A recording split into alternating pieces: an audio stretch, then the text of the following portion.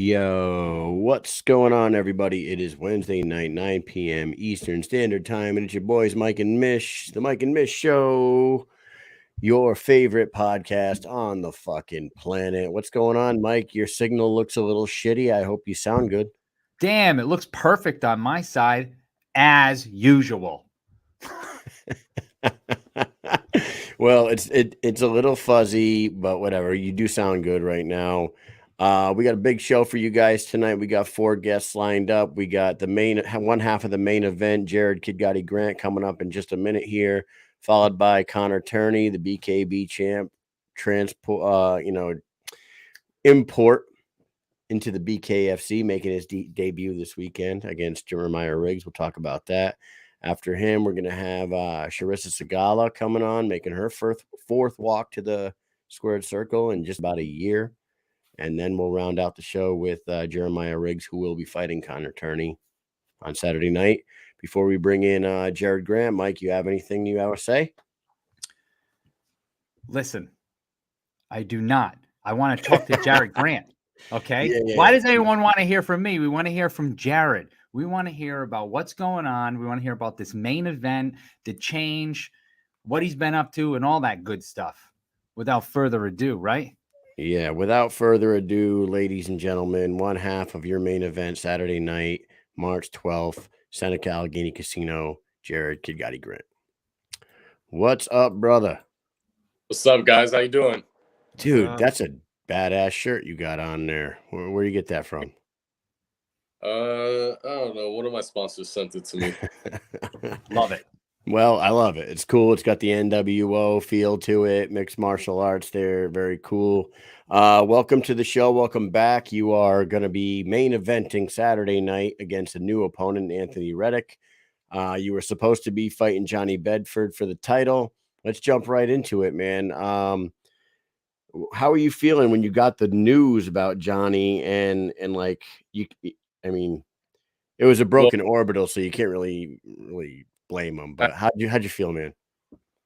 I mean, I was kind of like, wow, I've been training for that specific opponent. I mean, that's the fight I've been wanting to show everyone that I am the truth at 135. But I could still make that. I could still make that statement Saturday.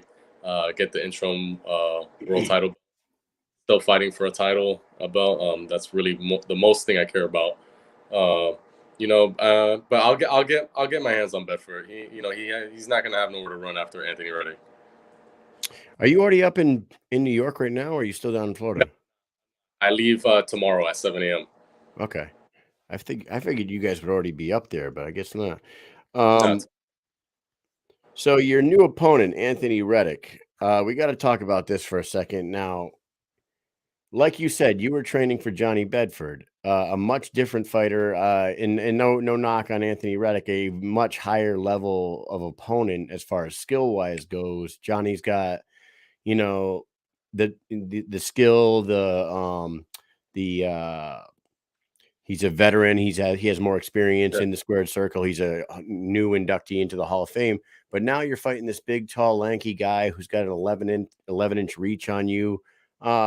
Talk a little bit about the change in opponent and how you're feeling going in against a guy polar opposite of Johnny Bedford. There's not much to feel about it, only because the training I do inside my gym, so I'm not really too worried about it. Like I'm clearly I'm still going to be humble. I'm not going to take this guy lightly. I take none of my opponents lightly. No matter what shit talking goes back and forth or whatever it is, I never take my opponents lightly. I always put in the work and stay confident and humble. I spar with like guys, my sparring partners are 6'2", 6'3" anyways. So it's not like I'm going to something like, oh my God, what am I going to do? So I do 10 rounds, 12 rounds with guys that are 6'3", 6'2" on a daily basis. So, whatever I do. HD Davis. Yeah. Not even that Bobby Bryce. Like I have my other teammates, Bobby Bryce, that are 6'2", 6'3". I think Bryce is like 6'4". So I spar these guys. So it's not, that's why I'm not too worried about the height and stuff, because I know how to get on the inside. I know what to do. My coach knows what to do. So it's just about going there on Saturday and executing it. Go ahead, Mike.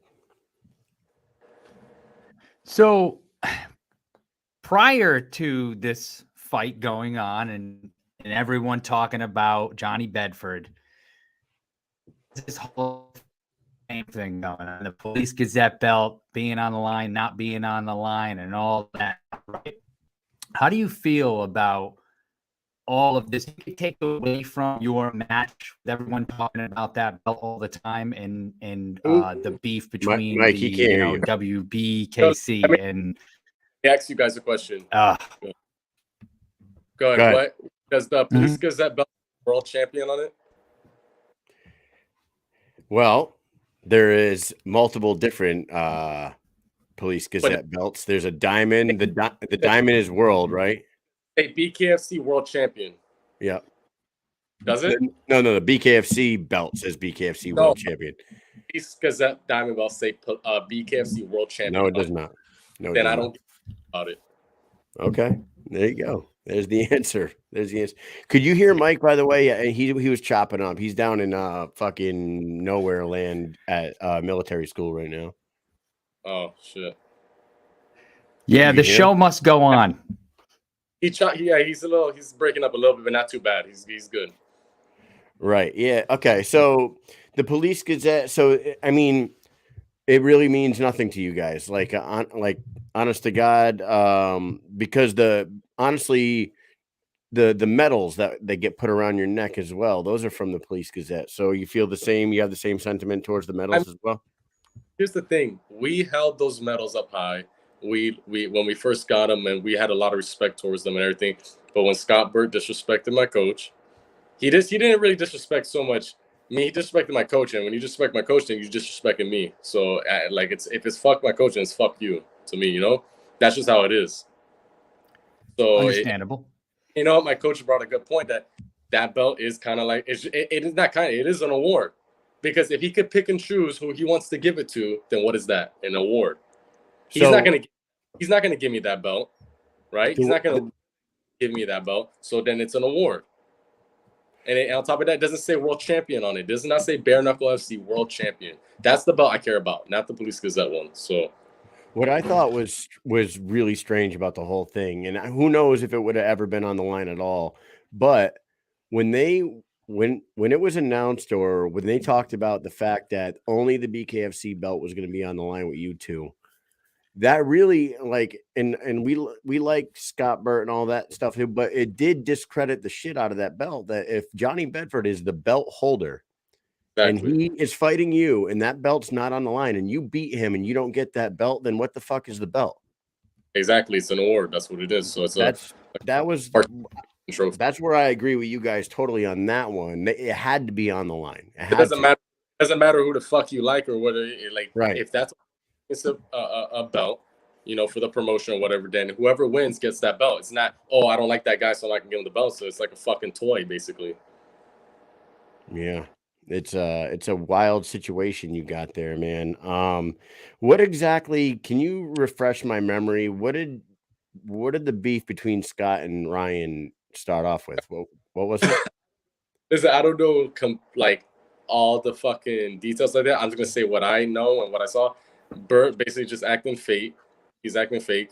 We went to a BYB event, and he was talking to Ryan about this, and I wasn't right there next to them while they were talking, but he was just acting like, oh yeah, that's a good idea with your belt. Ryan's making the WBKC belt. Oh, that blah blah blah. That's a good idea. Next day, he's like, oh, beware of fake people or this and that, trying to make with his fake belts, trying to get clout off your fake belts. So basically, he's calling Ryan's a fake belt when Ryan's trying to do something good for the whole promotion. Like, Ryan's not just trying to benefit or make money off of it. He's just trying to do something better for the fighters. And Ryan can explain that better of how he was trying to do that. But basically, Scott was just hating. He was just hating on him, because he doesn't want somebody else with a nicer belt or a belt regardless coming in and trying to take his spot. That's basically what it was. He's just being a hating ass nigga. There you go, Mike. Yeah, I mean, it is unfortunate because what I was saying before, and I don't know if you heard me or not, was I think it takes away from the fight itself because people were talking about that instead of the great main event that was to come at BKFC New York. Yeah, I mean, it is what it is. I don't pay no mind to. I don't give a fuck about his little fucking fake ass toy belt. Like, That doesn't hold no sentimental value to me. It doesn't make me a world champion. The BKFC belt, though, if I win that makes me a world champion. You know, and defending that belt makes me a world champion. But winning that shit doesn't mean nothing to me. Like I don't really give a fuck about it. Now, and when Anthony Retic, how long ago did he get offered that fight? Was that last week? Was it like a week and a half out? I think, don't quote me on it because I don't know exactly when, but I think it was like 13 days. All right. So when he took the fight, he agreed to make the 135-pound championship weight, or are you guys going to meet at a certain weight? No, that's the weight, 135, because it's for a weight he has to make. I remember I know that it says he's 2-0, but I don't recall his first fight. I remember his second one, and I remember him like fighting. He's got like a real wonky fucking style where he keeps his hands real low and like he did you Go ahead. He fought Chris Johnson, the guy I fought for my second fight. Yeah. What do you think about Reddick's style? Like he's a little unorthodox. He's almost like a fucking Malo if you ask me, if I had to compare him to somebody. Because I have nothing I haven't heard him say nothing bad about me, so I have nothing bad to say about the guy. In fact, I appreciate him stepping up to the plate and taking the fight, because without him stepping up, because the fight was offered to many other fighters and they all turned it down, you know? Really?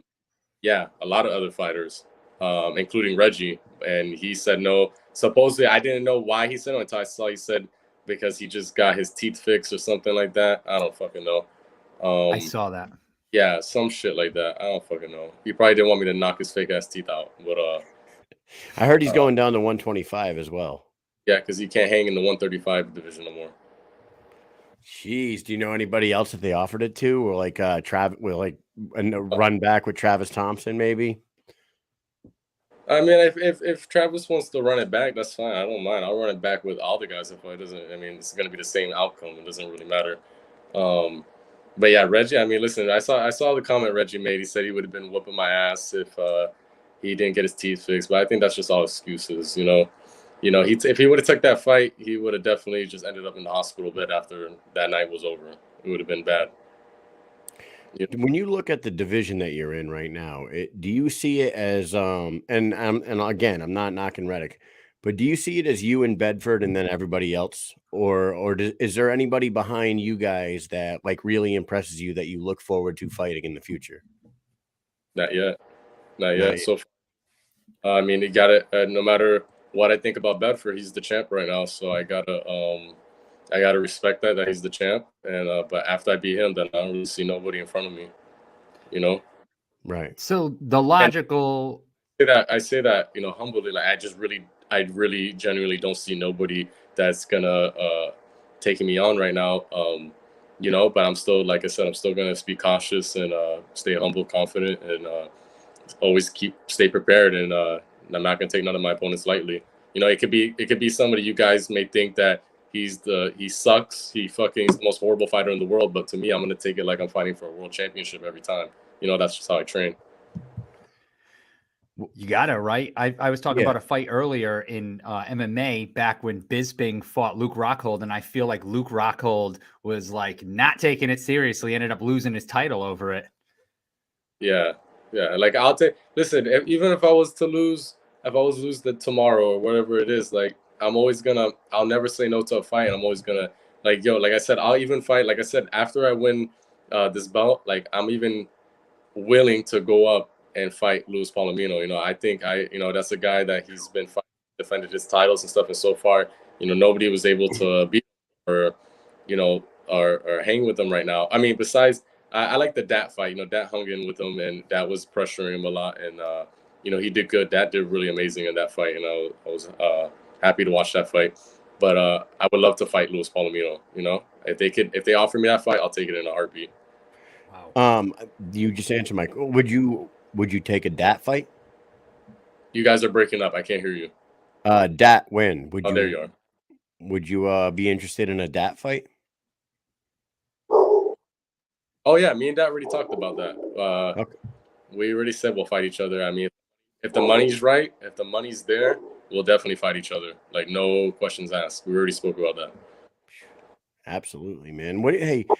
Jarod, what is your walk around weight? Because going up to fight Palomino, would you be just fighting at your walk around weight, or No, I would have to go up a little bit. Yeah. you have to go up? Yeah. I would have to go up. Jesus. Which is fine. I'll fucking take in a lot of protein, hit some weights, and I'll be straight. Man, I love it. Well, have you looked into the Seneca Allegheny Casino at all? Are you aware of where it is in this country? I know it's close to Canada. Dude, it's fucking out there. Yes, it is. I know it's gonna be snowing. It's gonna be snowing Saturday as well.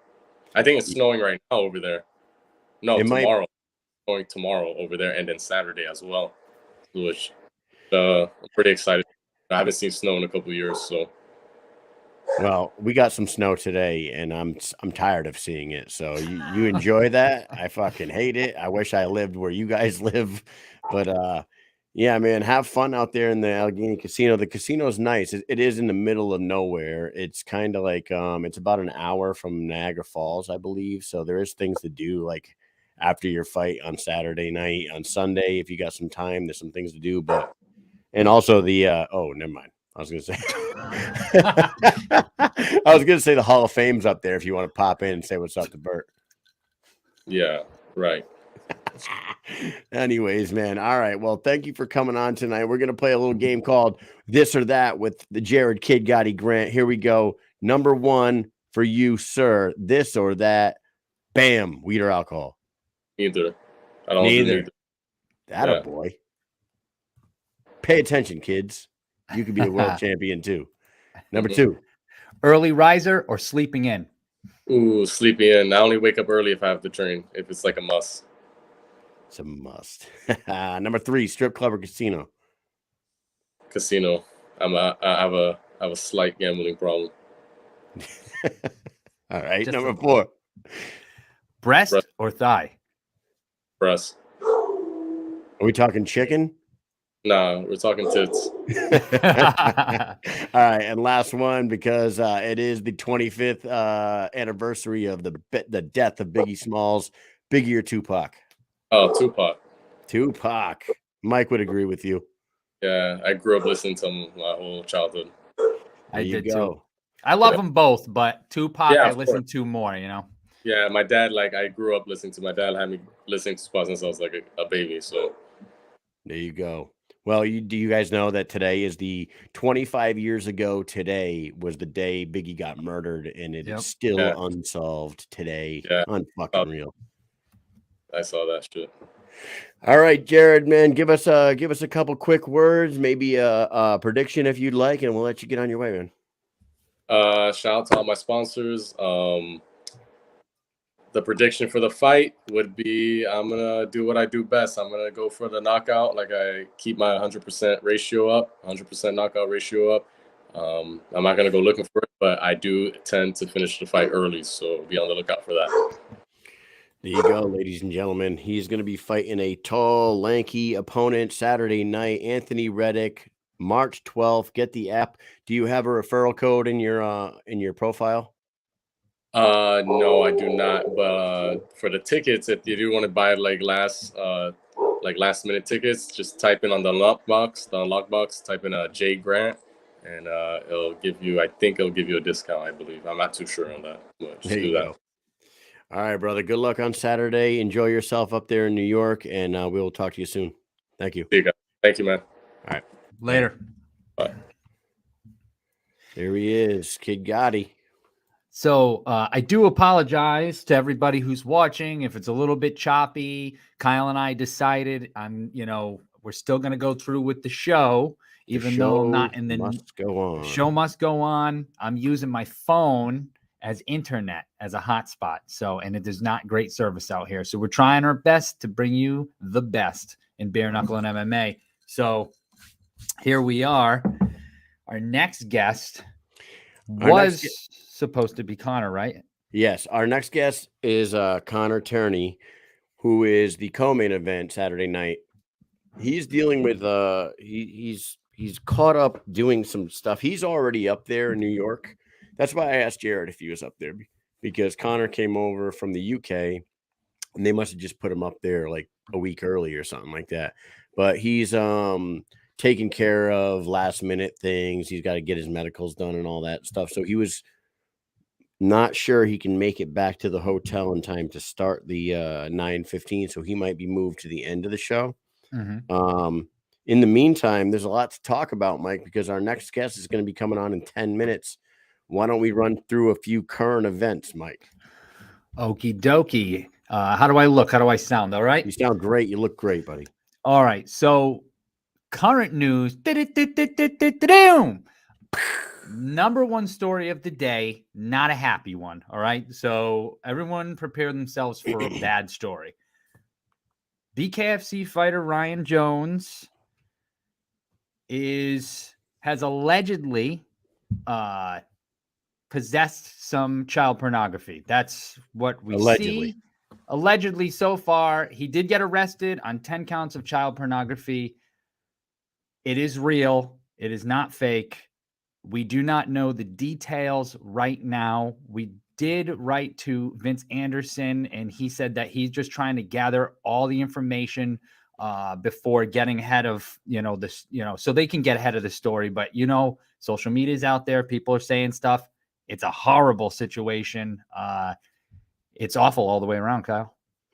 It is awful all the way around. And like I said, Mike and I have gotten to know Ryan pretty well. We have hung out with him several times at multiple events. We've gone out to breakfast. We've gone out to dinner with those guys, with Vince and him. And we went out to the Hard Rock with those. That guy is one of the nicest fucking people I've ever met in my life. Right. I believe he has a daughter. Yeah, his daughter's name is Brooklyn. Brooklyn, just like your daughter. Right. Yep. His daughter, he's got a daughter. He's a religious man. He fucking is super polite, pleases and thank yous and yes ma'ams and how are you, sirs, everywhere we went. Like, it really shocked me to see this news.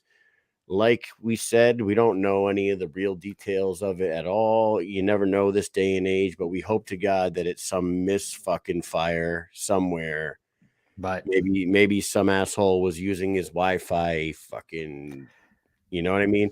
Mike, you hope that that's what it is, but Mike, to give somebody an idea of how easy it is to tap into somebody else's Wi-Fi and their IP address and tell them like a quick rundown of your brother's situation. What happened? So my brother. Now listen, we're not making any excuses, so please don't anybody misinterpret what we're doing here. Yeah.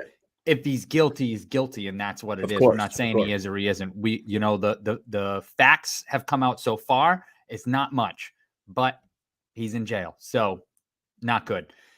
My brother was washing the dishes one day. He gets a bang on the door, and he's like, "Oh, what the hell is going on?" Now, my brother's also in the military, so he's in uniform, right? He goes and he sees all these people on the door, fucking jackets. They fucking bust in, FBI. Fucking, he's like, what the fuck? They don't show him anything. They're just wearing fucking jackets. And the guys like sit down, they sit them down, and they're just in the house. They start ripping through shit. And they've got a hand on his shoulder saying, "Hey," what did he say? "I'm using my Wi-Fi. You gotta that guy's at class with me." Nice. "What's up, Bamford?" So basically, they don't say anything. My brother's like, "How do I even know you're really FBI? This and that." They're like, "Relax, we are." Blah blah blah blah. So they search his house. Come to find out, there was a scam, a social security scam going on, and they were going through his IP address and multiple other people. So what they did was they did a raid on people's houses in Florida, Rhode Island, and Hawaii at the same exact time. And then they found out. So they did this. They were at my brother's house for like 4 hours, interrogating him, interrogating his wife, tearing the house apart. Then they finally found out from like the other raids, like, we've got the guys. They use these other people's IP addresses. It's not them. And they were basically, he got off. They were like, "Okay, well, sorry, we came into your house and fucked everything up and fucking scared you to death. But you're good to go. See you later." And then they just left. Right. That shit. Mike told me that story about his brother, and I couldn't fucking believe it. But like, honest to God, like if Ryan did what he did and he does end up being guilty, then shame on him. And fucking, I don't even know what the hell world we're living in anymore. Yeah, you can always hope that there's some other fucking shit going on like that. You know what I mean? Could be, maybe it's a fucking misfire. I don't know. But hey, we have our third guest is already in the green room. We could Our go. Third guest is our second guest. Our third guest is our second guest. If you want to just bring her on, what do you guys think? Huh? I say yes. Let's do it. Our second guest, who was our third guest, but is now our second guest, is her autograph is right there on my wall, right over there. Oh, I can't see it. Yeah, well, fuck you, Mike. You're not here. You're in some hole somewhere with shitty service and a fucking bad camera.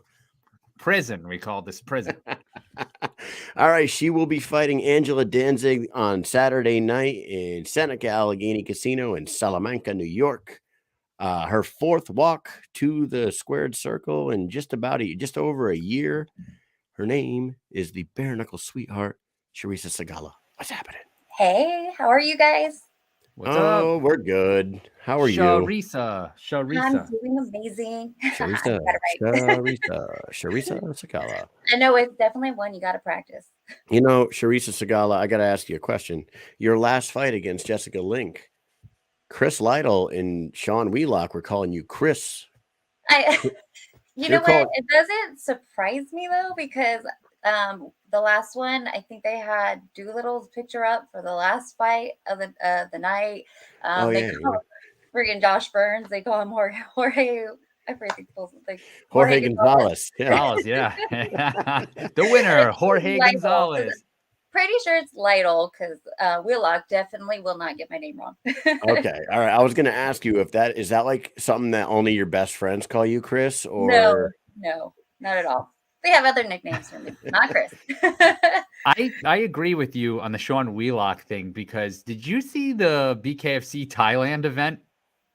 No, I didn't see it. Oh my God. I wanted to see it, but go back and watch that event. The names on that card were like insanely hard to even read, never mind pronounce. So he says them, and it's what's funny is you would think he would say the full name once and then make up a nickname for the rest of the fight, but he just kept saying the whole entire name for the whole fight. And I was like, how is this guy doing this? I mean, he's great. He's great at what he does. Yeah, it's like this last weekend with Joe Rogan. Oh yeah. Yeah.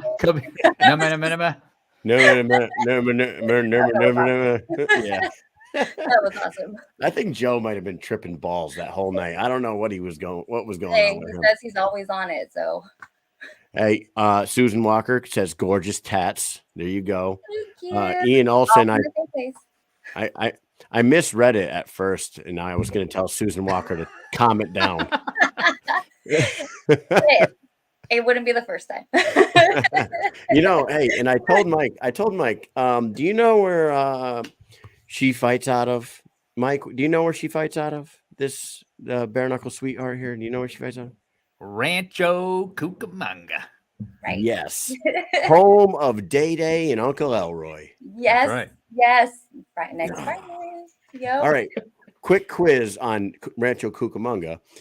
In next Friday, when Michael Rappaport, the mailman, goes to the door and he asks Ice Cube if he's an athlete, what team does he say he plays for? Oh my God, I don't even know. I watched it so long ago. I would say Raiders is probably what he would say, but I don't know. Listen to Mike. The Cucamonga Cracker Killers. Oh yes. Now I remember. Now that you say it, it's been like 5 years since I watched that movie. Yeah, the Cucamonga Cracker Killers. Oh man. So, anyways, let's get down to business. You are making your fourth walk to the squared circle in what, 13 months? Yes, I was trying to get in there in 11 months. It didn't happen. It almost did. I was like, I want to be the most active, but yeah, 13 months. Absolutely. They gotta love you over there. Now, so here's the thing. You are so active with the BKFC now. You came from an MMA background, but you are like fully, invested into the bare knuckle game now, and you've proven that with your activity. How has your life changed in the last 13 months? Like since Knucklemania to now, is things different for you or? Same old? I quit my job because I was like, I can't work because I still go to school. I most of my life is still the same, other than obviously there's more of a presence on social media, and like I get recognized. That was one of the reasons why I started to quit my job. I had a couple people like, hey, I know you. I was like, okay, I can't work here anymore. I was like, you never know what you're gonna get when people start recognizing you. They were really nice, and it's really cool, but I don't need them knowing where I work. So I needed that. And then on top of that, I really wanted to focus on school. I have like stuff where I have to do hours for my school for observation hours and clinical stuff. So I knew I couldn't work. So that's pretty much the only thing, is just that huge presence. I honestly am training a lot more, and it's just straight boxing and strength and conditioning, and the cardio is more of what it is instead of having to do jujitsu. Well, I still do my jujitsu, just not as much because I love it. I don't have to do Muay Thai. I don't have to do it. It's just boxing. Hey, people that do jujitsu never stop doing jujitsu. I have a black belt. I won't stop. It's like a weird, I don't want to call it a cult or anything, but it's like a weird. It's a culture. It totally is. It really is. It really is. It's like when I started doing it, and like I started doing it at the beginning, right before the pandemic started. So then, like after about 6 months of doing it, the fucking gyms all shut down. Mm-hmm. So then these guys, I thought we were just gonna stop because I was brand new to it, and they're like, fuck no, we got mats and we got a church down the road. We're just going to throw the mats down on the church and we're going to keep on fucking moving. And these guys were going like 7 days a week down to this church. I was like, man, you guys are all in on our this. Schools, we just covered the windows, going through the back. Yeah. San Diego got in trouble. That one 10th Planet got like fined or something. But out here, everybody just closed it off because, come on, if you know anything about getting sick, you're gonna get sick if you're not working out. So why stop us from working out? Well, that's what Chris's thing was. He was like, I'm gonna bring all the mats down to the church. If you guys are, if we get sick together. Mm-hmm. And if you're okay with that, we're gonna keep on fucking rolling. And everyone's like, fuck it. If you die, you die. If you want to get sick. Yeah, like Mike said, if you die, you die, you die. Hey, that's my saying almost in every single fight. If I die, I die. Whatever. Oh man, so you life, I feel like. Mike's prison fucking Wi-Fi is kicking in again. It's okay. I've been there. Too many Zoom classes. Same shit happens. Yep. I used to say, like on my first and second deployments, I got super into like lifting weights, and I was like a big meathead and like heavy as fucking hell at all times. And our saying in the gym was, what's the worst that can happen? You die. And that was like, that was the way we thought about it. It's kind of like a great way of life, man. Oh, yeah. All right. So Angela Danzig, you're going to be introducing her to the bare knuckle world. She has MMA background. She's married to Mac Danzig, so obviously she's been around combat sports for a long time, and she's got a lot of experience in her corner and herself. What do you know about Angela? I know you guys have fought one opponent, same opponent. I can't remember her name. Forgive me, Stephanie. But it's okay. She's not important. Yeah. So what do you know about Angela, and what are you thinking going into this? Actually, my one of my teammates from Millennia fought her twice, so I've seen her fight. I know how she fights. I watched her more recent fights, and I mean, not a lot has changed. So, I mean, you do change going into BKFC. I always say you never know what to expect, especially since you're going from expecting those kicks and takedowns to happen. So you might stand different, but in the end, you still will sort of throw the same way you threw in jiu-jitsu. So if you're going to punch, it's going to sort of be the same way. But she's got a lot of fight in her. I think she's going to come out, and I think she's going to show it. And that's what I'm hoping. Cause I think I've shown that I love the actual fight of it all. I like to be that dog in the fight. I don't care if I'm in the corner, backed up, I'm going to keep going forward. That's just me. I like the aggression of it. I like that violence, bare knuckle, and that's why I enjoyed being part of this so much. I felt like I was born to be in bare knuckle fighting. So to me, once I did the first one, my first coach was like, "That's it, no more." I was like, "Nah, I'm not stopping this. I'm coming back. I'm not done." For me, I just will expect anything. I just know what she's done in the past. So if she comes out like she does, I'm ready for her. It's very similar to a couple other people that I fought. So I sort of know what to expect with this girl. Awesome. Beauteous. Mike. Well, you want to know what? I feel like you segued perfectly because you talk about your first one. And I listen, what a fight. This fight, and if people don't know, boom, this is a fantastic fight. And I wrote the other day on Facebook on the bare knuckle page because they posted a bunch of pictures of you and your fights. And I wrote, like, this is probably, if not my favorite, one of my favorite fights. First event we ever covered. We saw this fight. It ended up being fight of the year. It was awesome. And I mean, the first round, I swear to God, I know we've told you this before, but I thought you were out of it. You got hit, you fell, and I was like, it's over. It's done. And then you got up and came back in that fight, and you guys beat the shit out of each other for 5 rounds. And then me and Kyle looked at each other and was like, holy fuck, this is bare knuckle. I don't think I ever stopped watching. That made me like a fan. It took me from MMA to bare knuckle, and it really, I think, made us focus more on the bare knuckle world because it blew our minds. You're definitely not the first nor the last that I've heard that same exact, like, you're the reason why I watch. You're the first one that I was introduced into bare knuckle world, or people telling me like, hey, if I show people like and want to tell them about bare knuckle, your fight is the one that I want to show.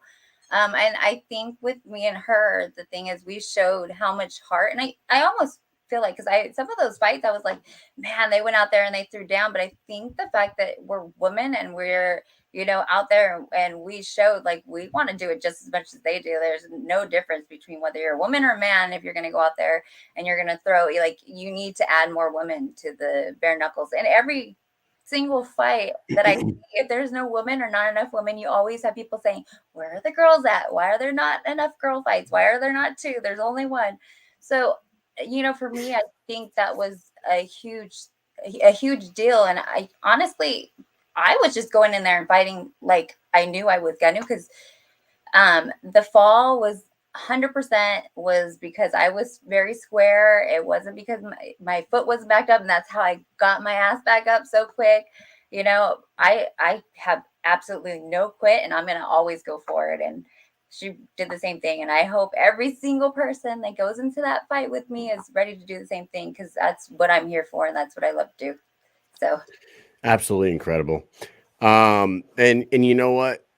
You became a fan favorite, and Taylor, you see what Taylor's doing now. She's 3-0, and she might get herself a title shot against Christine Faria. It could have gone either way with you two, but it's not just that fight with you though. Your fight against Pearl Gonzalez was a fucking banger. Your last fight against Jessica Link. I wanted to ask you about the Jessica Link fight. You were in Wichita. Yep. Open scoring system. Had you ever fought with the open scoring system before? No, I liked it though. You liked it. Did you know where you stood heading into the 5th round? Because I think you guys were. They messed up. They messed up on something. So I honestly wasn't even paying attention. My coach, as he was coming in, he's like, "You got to pick it up." He's like, "I think we almost thought we were down," and he's like, "This is it. You need to show out and show everything." I don't know if we knew we were tied at that point. But in my head, I'm like, I'm fucking not going out like this. I am freaking throwing hard. I'm go big or go home. That's what I always say. I am just throwing it all out there. It's the last 2 minutes. What's the worst that can happen? And so the open scoring system is awesome in that way. Every corner, like my corner, every single round was like, hey, you're at this. Hey, you're at this. Honestly, though, I was like tuning it out because I was trying to focus mainly on the fight. But that last round going into it, I can see why it's such a huge game changer, especially for us fighters. Yeah, I was wondering if your coaches were actually like how fast in between rounds the scores are submitted. So like while you're sitting on the stool there, do your coaches already know that you just won that round in the eyes of the judges? Or that's pretty cool. Yeah, they knew. There, I guess there's an iPad or something there. I don't know what's there because I obviously didn't see it. I should have asked my daughter because my daughter was in the corner with my coach because I needed somebody else to hold the banner. So she was the banner and the water girl. But I never asked. I should have asked her. Awesome. Yeah, it's very interesting. They're actually going back to Wichita next month, or actually the next event. Mike Richmond Rickles, that's going to be in Wichita. Yep. So yeah, I saw that. They'll have the open scoring system there as well. That city is so pretty. What's that? That city is so pretty, Kansas. That Wichita, Kansas, especially where we were in that hotel and stuff. It was a nice little area to walk around. I hear it's not the same for New York, but it's okay. Yeah, but inside that casino is really nice. There's stuff. I only care about the fight. That's the main thing. Right. Worry about the fight, and then have yourself a couple cocktails in the sports bar afterwards. Go watch the UFC event. They'll probably have it on the TV down there. So that's what we did last time. Oh yeah, definitely. Yeah. So awesome to talk to you again. Can't wait to see you fight. But we're gonna play a quick game called This or That with Miss Sigala here. Here we go. This or that. Number one, dad bod or gym rat? Man, I honestly don't care. Okay. So I would probably prefer the gym rat just because I'm very health conscious, but I honestly don't care. I just am more concerned that they actually care about their health. See that? All you degenerates in the comment section that keep dropping these things. There's hope for all of you. You fucking doughy bastard. All right.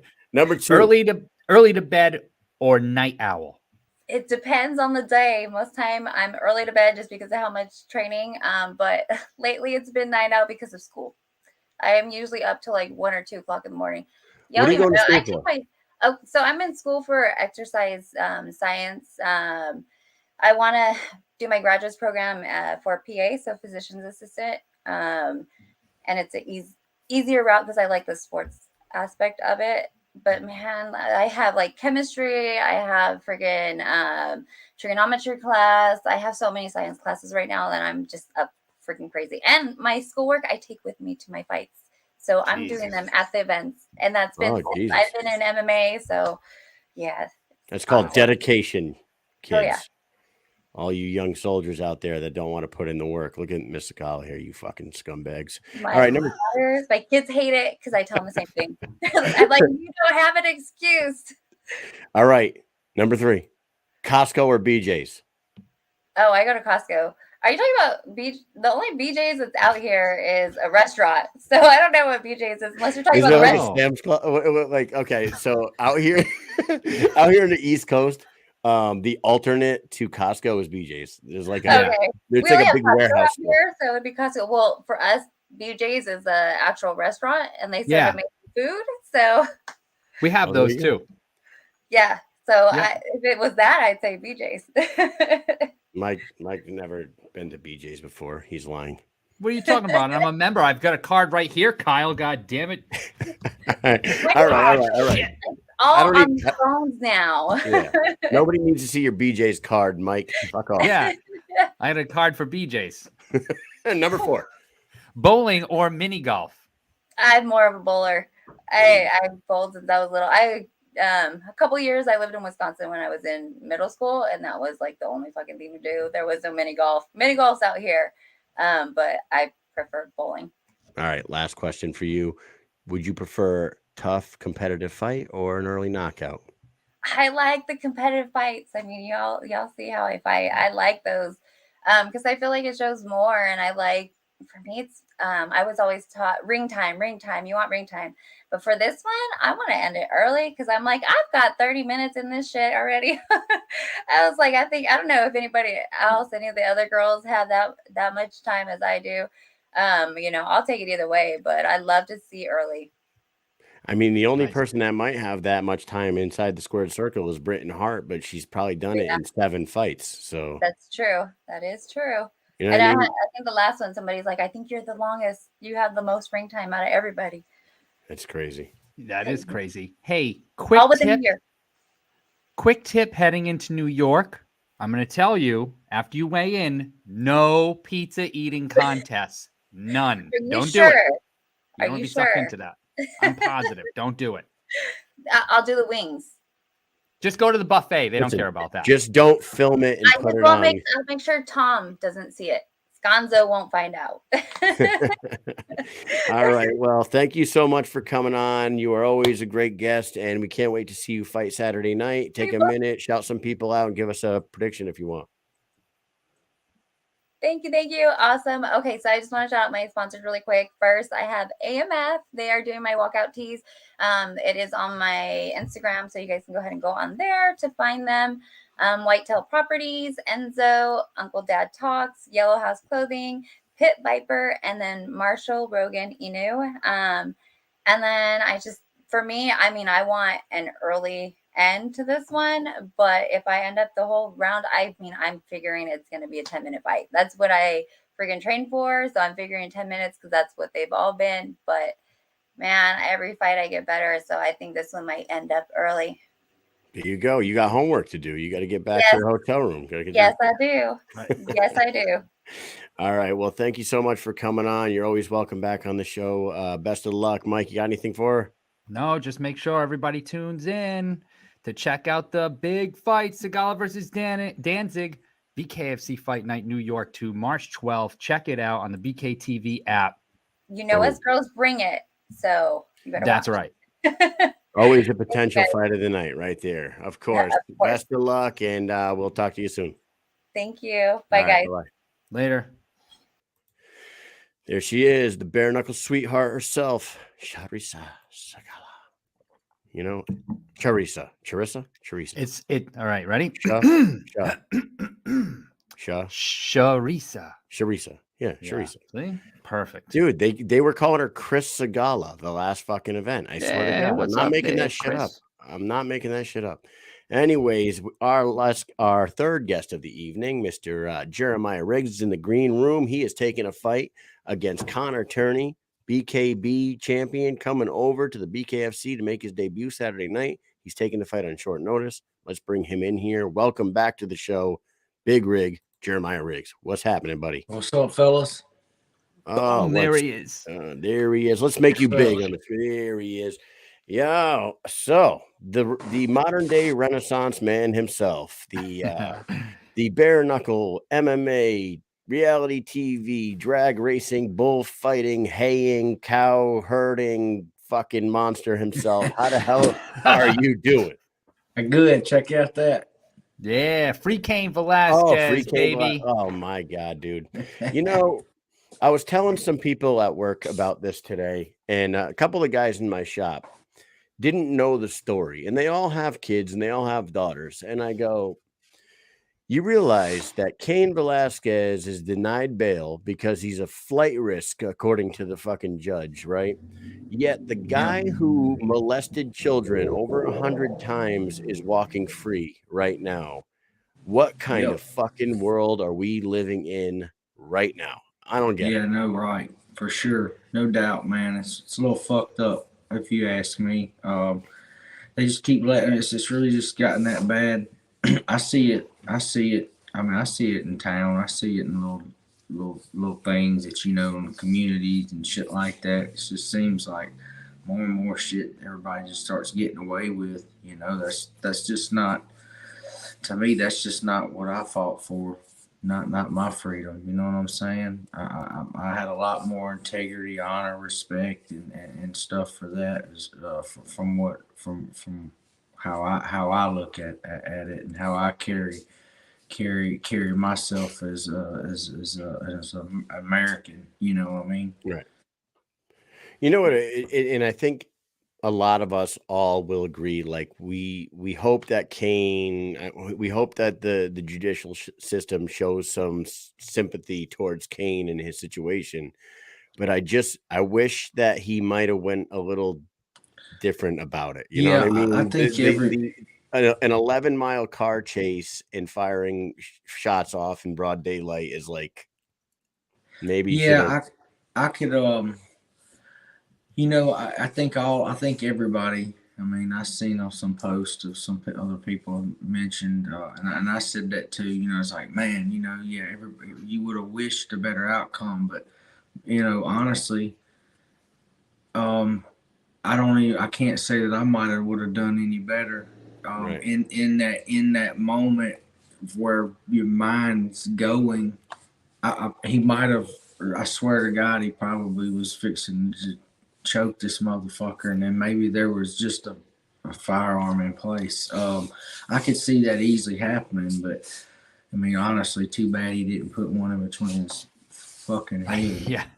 I think that could be a good defense, though, is that, listen, yeah, it was a long chase. I think that's going to be a little rough. He's had some time to think it out over 11 miles. But then again, like, you're raging. I mean, you've seen these crimes of passion and stuff like that people are just not in the right state of mind. So let's hope that that's a good defense. I got 2 girls, man. Fuck that. Yeah, I do too. Yep. Yeah. So with that says, yeah, man, I'm definitely representing.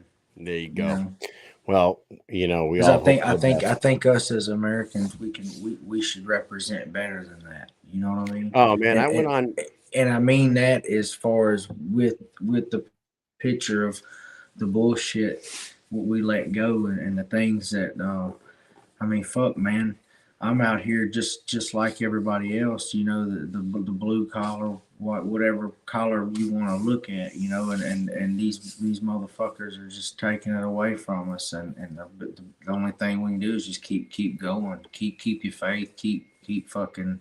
That's why, I mean, honestly, we fixing to get on it. That's why I love this fight, bro. That's why I really love this fucking fight. There you go. Let's talk about this fight now. Yeah, you're welcoming BKB star, big star from overseas, Connor Tierney, to the BKFC. I'm sure you were familiar with Connor, or were you familiar with Connor Tierney when they called you up and offered you the fight? So no, not at all. It seemed like I heard the name maybe. Yeah. The tier some and at first I think we were kind of thinking he was thinking somebody else, honestly, and then I just kind of was like, I don't know, I think I might have heard that name, but you know, not that's not saying we looking past the name, but just as far as yeah, did that name shine a bell? No, it didn't. You know, and that's just default. You know, that's not that I'm not nothing him or it's just kind of me, not just kind of everything just kind of splashing together and being new. But no, for real. I mean, fuck, all you gotta do is look it up. I mean, he's 5-1. I mean, he's a fucking BKB champion. I mean, it does speak for itself. So I mean, his resume is it's where it's shit. That's, hey, more props to him. That's what's up. That's where I'm trying to be. You know what I'm saying? Yeah. Oh yeah, absolutely. And he's coming from and like anybody who's watching that isn't familiar with Connor Tierney as well, his opponent on Saturday night, his fights are all on YouTube. All the BKB fights are on YouTube. He's very impressive young kid. From what I've seen out of him, he really works the body really well in his fights. He stays his distance and he avoids getting hit a lot. But he's also fighting a guy like yourself who's a bigger, stronger, drive forward fucking killer. So it's going to be an interesting fight on Saturday night.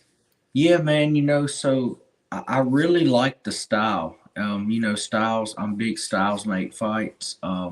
I can see. I mean, I think this it goes both ways. I mean, don't think that there's not holes in anybody's game, including mine. But now, the holes that I've cleaned up, the things that I've been wanting to shine. I mean, but I also know. I mean, looking at the opponent, I mean, his game. I mean, he's good for 5, 7, 9 rounds, whatever.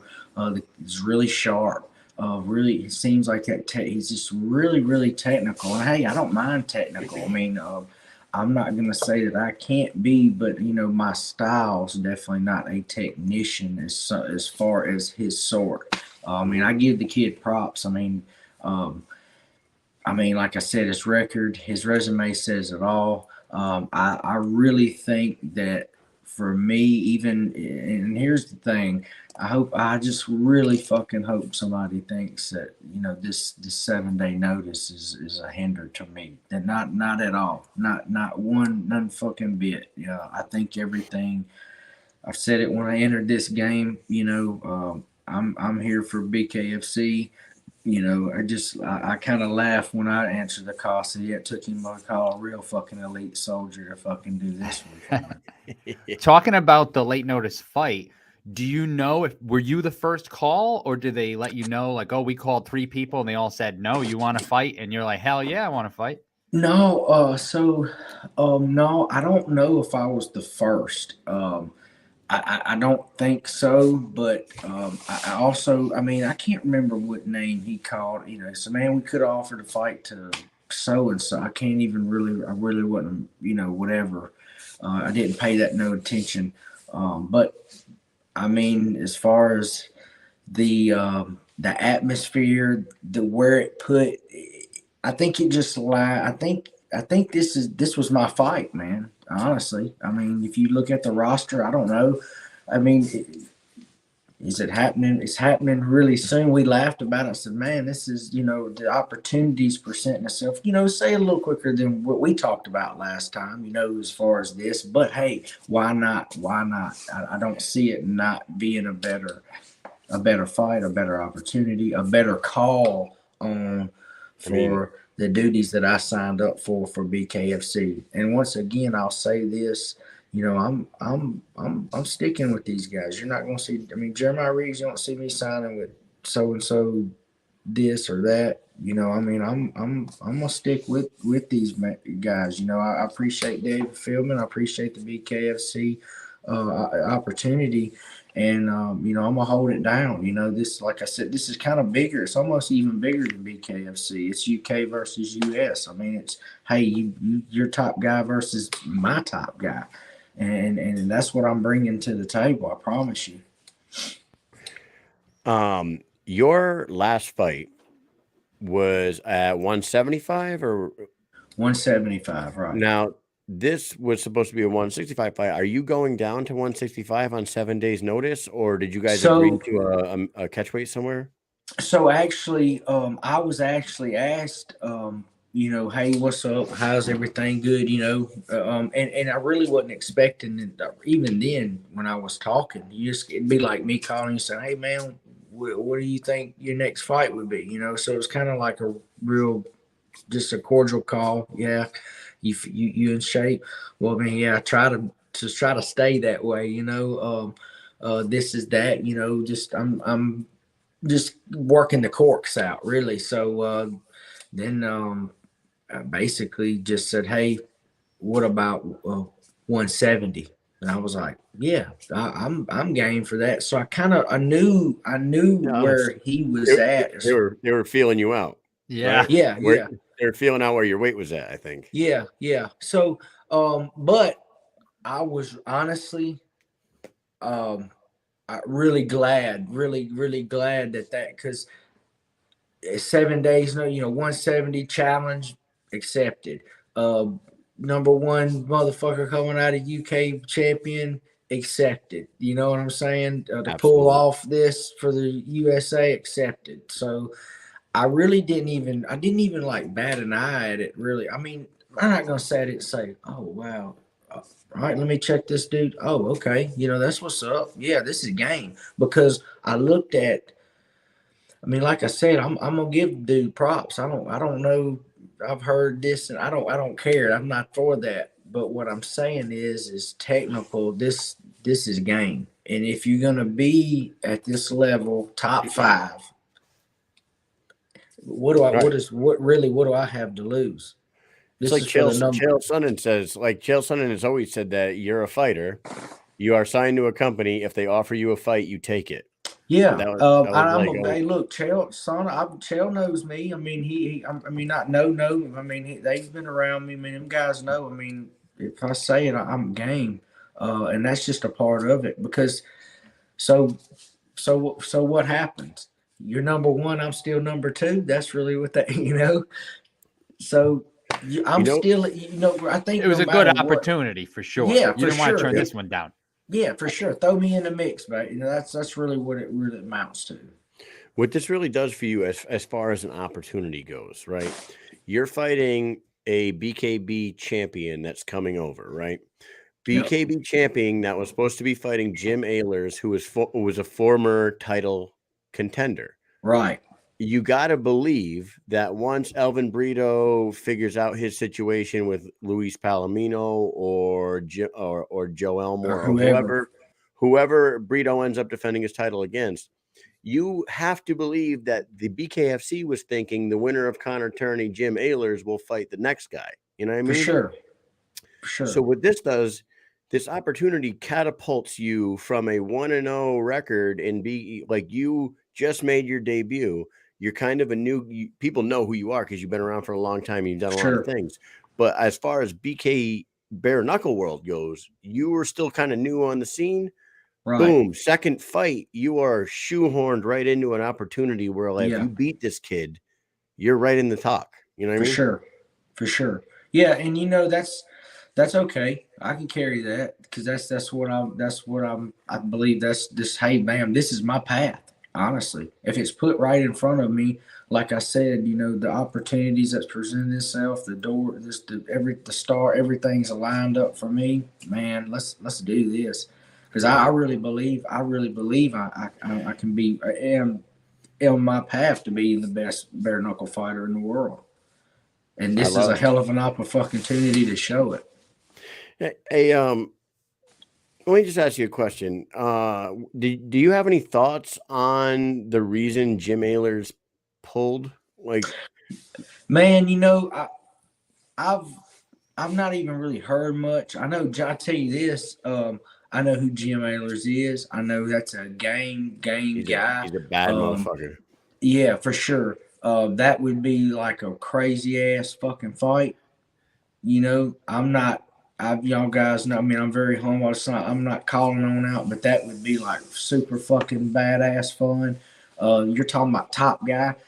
The way I look at it, I sing a lot of boo-boo to, I wanted to, I was looking, hey man, it is what it is. But as fighters, as we signed up, this is what we do. Trust me, if there's no way I'm not going to do something to jeopardize a card, me, anything. So, but hey, there's no fucking dude. We could step off the plane tomorrow, bam, Friday, get a fucking cotton swab up your nose, and someone says you got fucking COVID. What are you gonna do? Right. I mean, yeah. I'm not. But here's the thing: regardless of what happened, I'm sure it was a technical decision that had to be made. I don't see Jim dropping out of this fight because of something like not that would hinder him. I just don't see that. Right. And I don't even know the guy. Right. I mean, I know who he is. Like I said, I've watched some fights, but I don't see him. No, fuck that. It was an injury, and Connor Tierney actually went online and vocalized his thoughts on this, and it was, I guess, Jim entered a grappling tournament. I did see that say something about, and Connor took, he really was pissed about that. That how are you gonna take how are you gonna stick yourself in a fucking grappling tournament a week and a half out or 2 weeks out from you supposed to fight me in my first fight in the United States, and questioned his professionalism or whatever. Now I would I'd be pretty pissed too, because you train for the individual, because it could take, it easily takes the wind out of his sails. That's a whole nother mental game that could affect him. That's not saying good or bad fighter. That has nothing to do with it. But that throws you off, man. Fuck, dude. I'm busting that. Don't get me wrong. If people don't think I ain't fucking sitting here fucking doing a weight cut to make this card, to make this fucking legit, to do what I need to do as a fucking fighter, Man, it's game on. I got a totally, dude, 7 fucking, like, don't get me wrong, dude. 7 days, me and Belcher and the team. I mean, I've put a fucking camp together. I mean, 2 sparring sessions back to back. I mean, we're talking about guys in and out. So, and where I'm at, even to recover and then get back at it. And then now I'm having to kind of do a diet real quick. Nothing crazy, but simple, but it's still everything in my body within 48, 72 hours, it's going to change like that. Now I can deal with it, but still, y'all know, you've been watching the fight game long enough. When you get in there, 2 5-minute rounds, anything's processing, even on, I'm saying this on his end and my end, with them little adjustments, that's a big adjustment. Right. It is. And you know what? And this fight, as compared to the last fight, I feel like there was not a lot of technical skills being able to be displayed in that last fight. Right. So this fight, I feel like, is completely different in the bare knuckle world. So yeah, you've had one fight, but I feel like throw that out by watching it, because this is not going to be anything like that fight. No, I totally agree with you, man. Because I mean, this is a guy where you really got to really use some unique. I got some unique things. This ain't something I'm sitting there, hey man, calling shit on first round, second round. I plan on going with this guy. I mean, the motherfucker says he's coming over here for a war. Oh, trust me, we're gonna get it. And there's 5 fucking rounds of all you want. And I promise you that. I promise I'm going to bring it. No matter what the outcome is, it's going to be left all right there, toe to toe. Let's do it. But for you got to be pretty technical or have a technical game with this guy in some form or fashion. I really believe it, because, I mean, fuck you, get your ass smoked. Yeah, this is going to be a fucking banger. I think they picked the right guy for the job here. But it's going to be a chicken fight, bro. I'm telling you, man. I love it. Gamecock his ass. Man, you're absolutely fucking ready. I could tell that you they called the right guy for the job. U.S. Army veteran himself. Fucking guy's done it all, been through it all, and he's ready to throw down. We're going to play a quick game with you real quick, and then we're going to let you get on your way. It's called This or That. We've been playing it with everybody tonight. This or That with Big Rig Jeremiah Ricks. Here we go. Number 1, haying or herding? What would you rather be doing? I'll be herding. Yeah? Yeah, definitely. Yeah. So I grew up on a farm real quick. Haying was my favorite thing I fucking ever did. And my summer, like from 8 years old to 18 years old, my entire summer was on my grandfather's farm. And I could fucking, as like a 16-year-old kid, we did this, the square bales. So it'd take the twine, one hand, one end like this, and fucking, dude, I swear to God, I can launch a bale of hay. Oh, yeah. I would definitely say herding. I mean, I love being with the cows and them bulls. And I keep the hay in for the exercise purposes. Trust me, I throw plenty of them. Right. When the conveyor belt breaks, you just move the conveyor belt out of the way and you launch it through the window. One time in my life, we've had a guy, and he still has the same damn shoot, but one time in my whole life have I ever been able to use one. And the guy, really? I'm talking about, I'm 39, dude. The dude's, I know I've chunked hay in his barn when I was at least 9 or 10 years old. All right, man. That's awesome. Number 2. South Park or Family Guy? Oh man, dude, man, that's a hard one, but I'm a big South Park fan. I really am. I've watched that shit for so long, and dude, you talk about what's crazy is what's in their shows, and then the different sketches and what they've drawn up in the past, and then you see it. You know what I'm saying? So many, kind of like the Simpsons. I think they've had some shit like that. So many times I thought that this one will be their last episode. So many times I thought that they went over the fucking line this time and they are done. Yeah. But they just keep on going. That's the good thing about it, though. Yeah, definitely. Yeah, I have to say, but great. Okay. I mean, that's a hard one to choose, but yeah, South Park. You know where Family Guy takes place? Where this guy lives, right here. Yeah, yeah. Right up the street from Mikey. Right up in Quahog. That's where I live, Quahog. All right, number 3, drag racing or bull riding? Ooh, I gotta go bull riding, man. That's my shit. That's my shit. You're a fucking lunatic. You know that? I love it. All right, number 4. Hunting or fishing? Oh man, I'm definitely gonna say hunting, dude. As much fishing though as I grew up doing, I've really just the hunting is something that I would probably just the variety of things that I've done. I would definitely say hunting. You got to get on one of those fins and feathers trips with Chad Mendez and Clay Guida and go fucking take no down shit. You know, I seen that. I seen Mendez doing this thing. I was like, hell yeah, I definitely would do that. We need to get hooked up. I know he'd probably love to come to Mississippi and do some of that deep south hunting. There you go. And last question, here we go: Steven Seagal or Jean-Claude Van Damme? Jean-Claude Van Damme, man. That's my number one guy right there. I can tell you it's too easy for me. Not even too close. easy. Hey, hands down. Do you guys know something? Like I have every other Monday off from work, right? So yesterday I spend my whole Mondays doing all the laundry and watching fucking movies and like preparing for shows, right? So I watched Hereditary or whatever that show. Yep. I was disappointed it wasn't as scary as I thought it was. So once that movie was over, I needed to watch something that I hadn't seen in a while. So I went to the Jean-Claude Van Damme section. You know what I watched? Cyborg. Have you guys ever watched Cyborgs? I don't think so. Oh my God. Look up Jean-Claude Van Damme. Jean-Claude Van Damme was, man, look, when I was a kid, I was karate. I was all about some Jean-Claude Van Damme, man. That was like one of my idols growing up. Really. Dude, blood sports. Yeah. Who didn't want to fight in the Kumite, blood right? Sport, you damn right.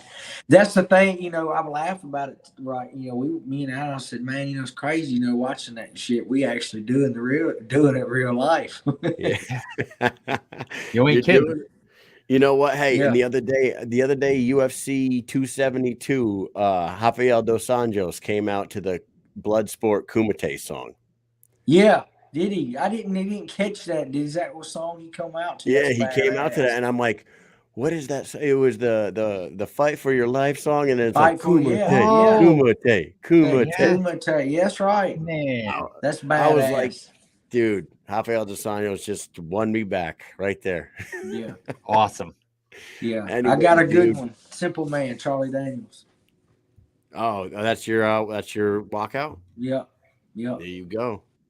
Yeah, nice and easy. I think it goes along. It goes just if you listen to that song, it just goes along with everything to me and what I feel in the world. Just everything we're in. Just a lot of the lyrics, you know. Just it fits. It's gonna fit. It fits. It does. It just fits this deal. Well, DJ Tony, you're watching. You should know that by now. If you don't know, put it on your little notepad. DJ Tony was watching. Yeah. There you go, brother. All right. Well, dude, thank you very much for giving us some of your time on a 7 days notice, 2 days out from the weigh-ins. We really appreciate you coming on. There you go. The man works fast. You see that shit? That's all right. Go ahead and shout some people out. And we'll let you get on your way. I mean, all my folks, Keys Recycling here in Vicksburg, CJ's Tire and Auto, Kelly Refrigeration, 601 Sports. I got TNW Services, ADS, Advanced Drainage Systems, Jason Vegas Roofing. My boy up in Oklahoma, David Berry, the Berry Ranch, monsterbull.com. Check them out. That's my bull riding people. Empire Clothing. Check them out. Instagram. That's one of my guys. TNW Services. That's one of my other big crews. Just a lot of local support. Everybody from Vicksburg, Mississippi. All the fans, the local businesses I support. They support me. Love everybody. Rangers lead the fucking way.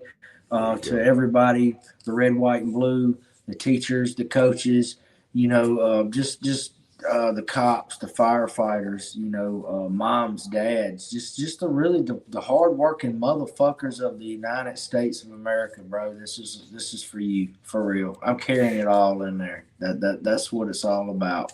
We got to come together.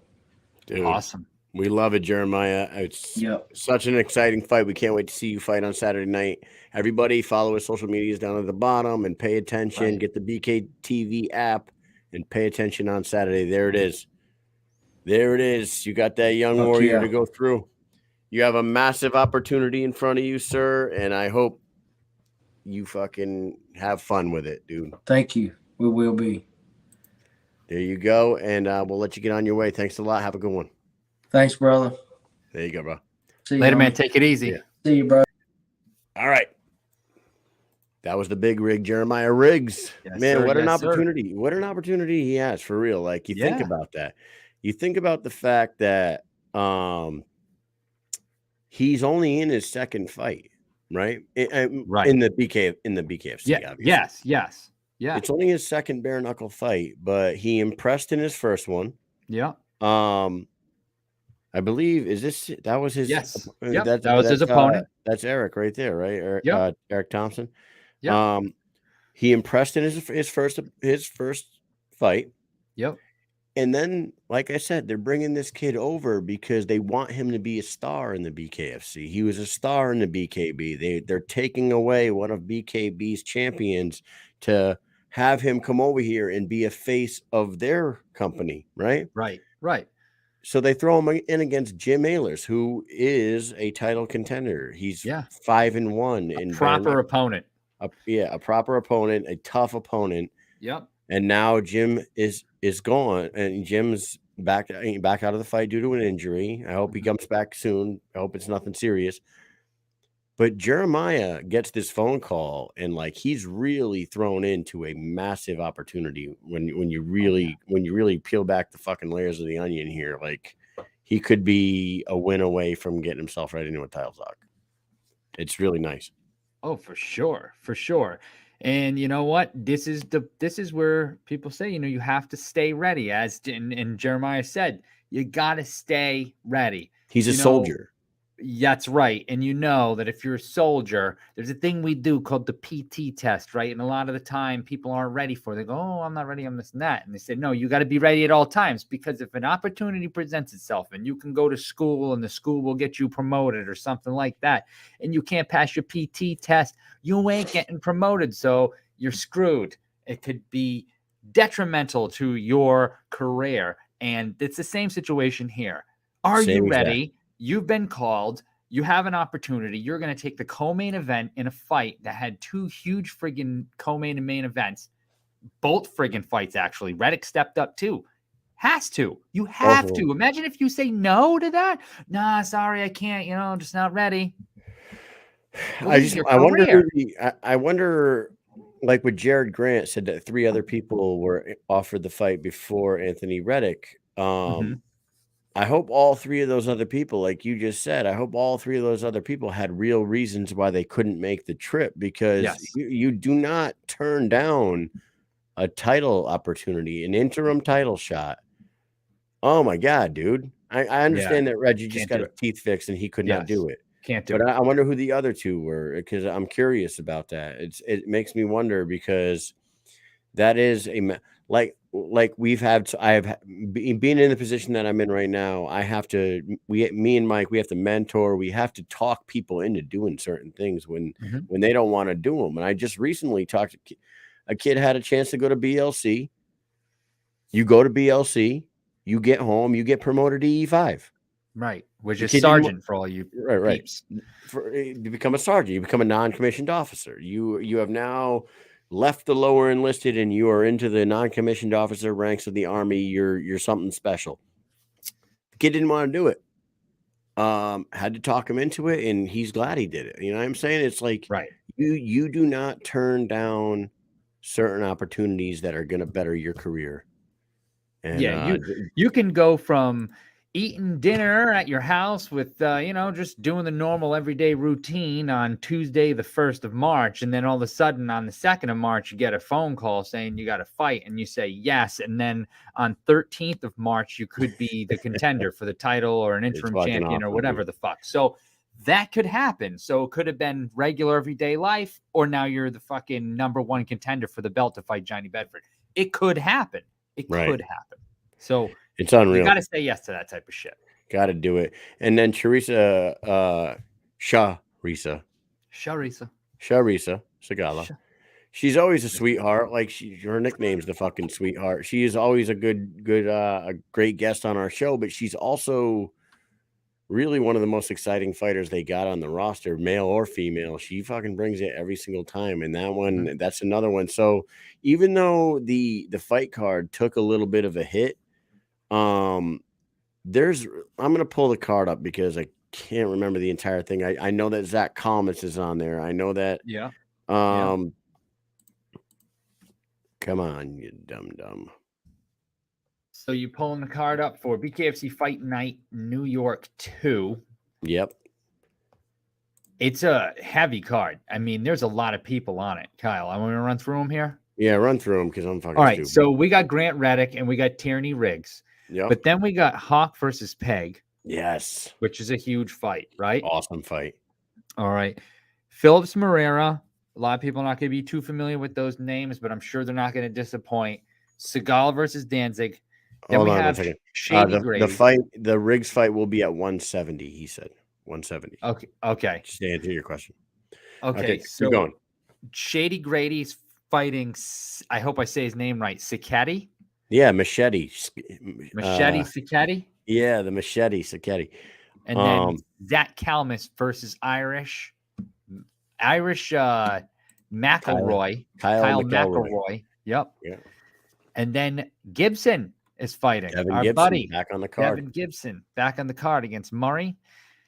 And on the prelims, some fighters that actually fought in the last fight against each other, which was Art Driscoll and Torres. Now Torres is fighting against Grosu. Driscoll is fighting against Bell. And then our buddy, Cito. Oh, Cito. That's right. Lardy Navarro is making his debut up there. So, man, they may have lost a couple big names off the card, but they got 2 studs to step in and carry the card out as planned. And I couldn't be more excited about it. You know what? Sometimes when you get some last minute changes, they turn into like some of the best events you've ever seen. So, and then there's UFC this weekend. There's also BYB this weekend. It's a humongous fucking weekend for combat sports. Saturday alone, right? Saturday alone, you got BKFC, you got BYB, and you got UFC. Oh yeah. What the hell are we gonna do with ourselves? I know. I'm gonna need multiple televisions.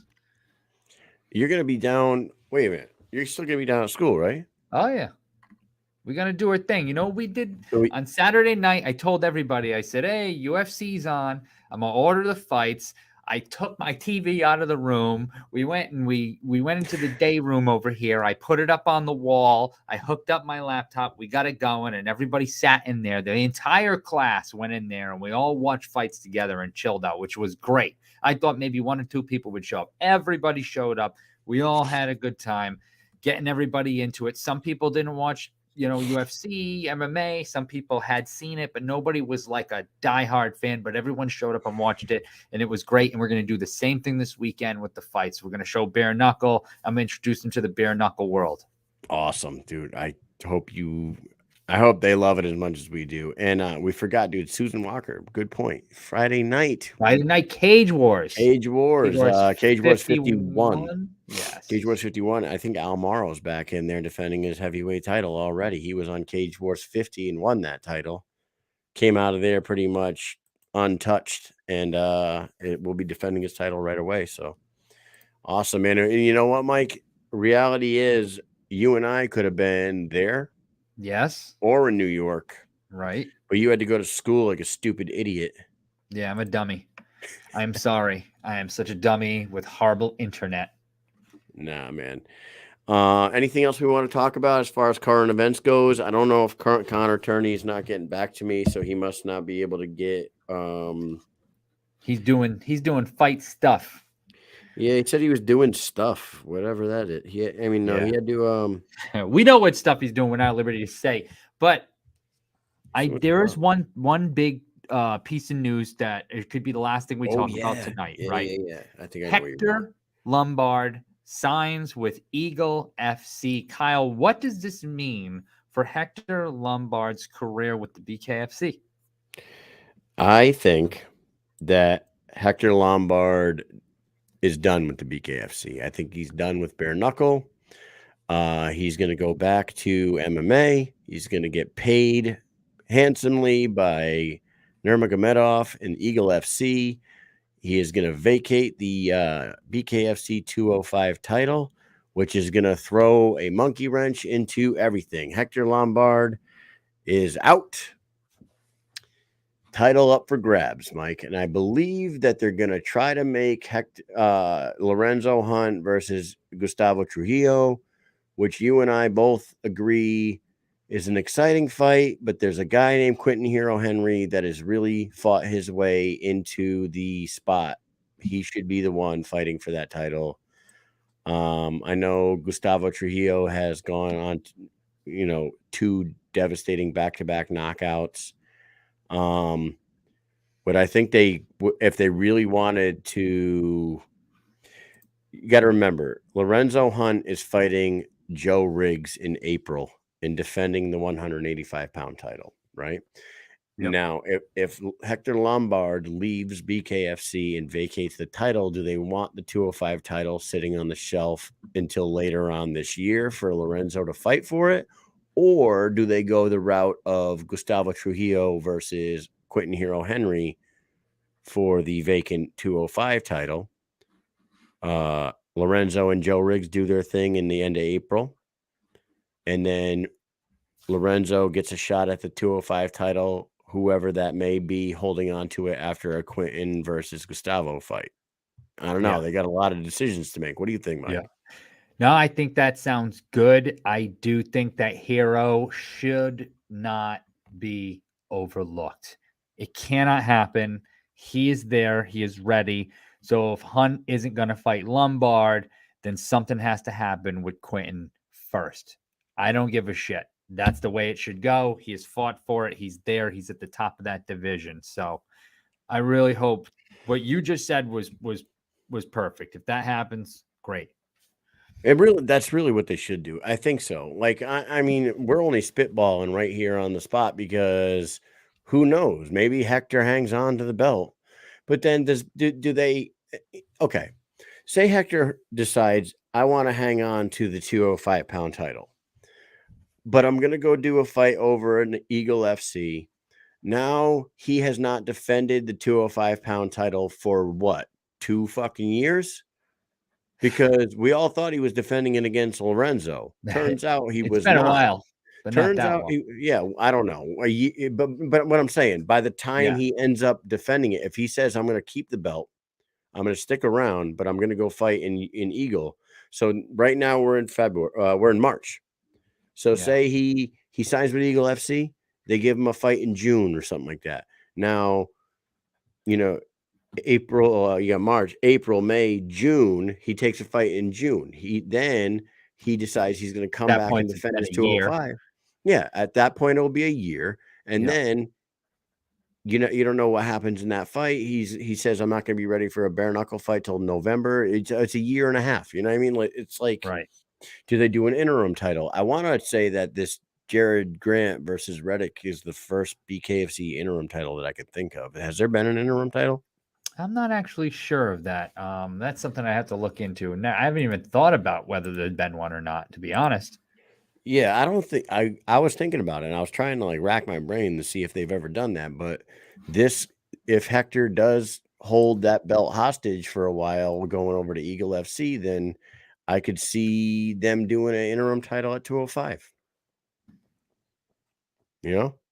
It could happen. It could happen. But I say that if he's signing with Eagle FC, I don't know if the BKFC is going to be like, yeah, sure, our champion is just going to be fighting in another organization that he's contracted to where he can get hurt and not come back. And it's too, I feel like it's too much. There's a lot of liability going on there. Like it's, you never know. Like you said, he could fight. He get injured. Then they don't have a fighter for him to fight. He should have fought Hunt for the title for 205. The 205 title right now should be his. Was it November that they fought? Are you saying Hunt? Hunt and Lombard. Was that in November? Hunt, I believe so. I'm looking it up right now, but. Yeah, it was in November. Yeah, it was in November. Yeah. So if I'm David Feldman and I'm the BKFC, I would say if you want to go fight at Eagle, you need to defend your title first, or we're taking it. Yes. Because if he defends the title, now he has a window where he can heal, train for a fight, and then after that fight, heal, however long he needs to, and then fight. So it would be like a 6 month, maybe, which isn't unheard of. Right. We'll get Lorenzo on here and we'll talk to the juggernaut himself. Yeah. Because I'm sure Lorenzo has lots of thoughts on this. Yes. I'm sure he's got a lot to say about Hector. He always has, and I'm sure this is just gonna fuel the fire a little bit more with Hector Lombard and Lorenzo Hunt. So that's right. For those guys, for you guys in the comment section, I know that Susan asked if we're gonna do Stu Nod tomorrow. Guys, bad news. We're not gonna do a show tomorrow night. Mike's down at school. I got some things going on, so tonight is the only live show for the week. We're going to build up our shows for next week, and we're going to try something new next Thursday. That's all. Some new stuff planned. We new stuff coming down the line. New stuff coming down the pipe next Thursday. But for now, I think we're going to wrap it up because Connor is still still no show, and we're not going to keep going. We're not going to keep waiting. What do you think, Mike? Just so we can real quick, I just want to touch on that new stuff coming down the line. Kyle and I have come together. We have plans for something new. We're trying to sprinkle some freshness onto the show. So hopefully what we come up with and what we put out, everybody likes it. I think everyone will. It's going to be fun. It's going to be different. And it's something that nobody has done yet. And it's something that I don't think anybody's thinking of doing. So we're going to do it. We think it's going to be awesome. And it will be hopefully a weekly or bi-weekly thing, but it's going to be good. That's a promise. Mm-hmm. And you know that with my partner over there, it's going to be perfect. Or it's either going to be perfect or it's not going to be a fucking product. And that's the way Mike looks at things. Right, Mike? Yeah. I don't want to put out anything hastily, as I said to you yesterday. I just can't do it. I won't be able to live with it if it doesn't look and sound good, it's not coming out. That's what he said. We were having a meeting about it last night. We're talking about it for about an hour. And he was like, hastily. He used that word. We're not going to do this hastily. It needs to be done right. So let's fucking do it, Mike. With that said, I hope you guys enjoyed the show tonight. Thank you to Jeremiah Riggs. Thank you to Charisa Sigala. And thank you to Jarod Kid Gatti Grant. Best of luck to all of you this weekend at BKFC New York 2. And we will catch you next week. Yeah, fuck Peace. My Wi-Fi.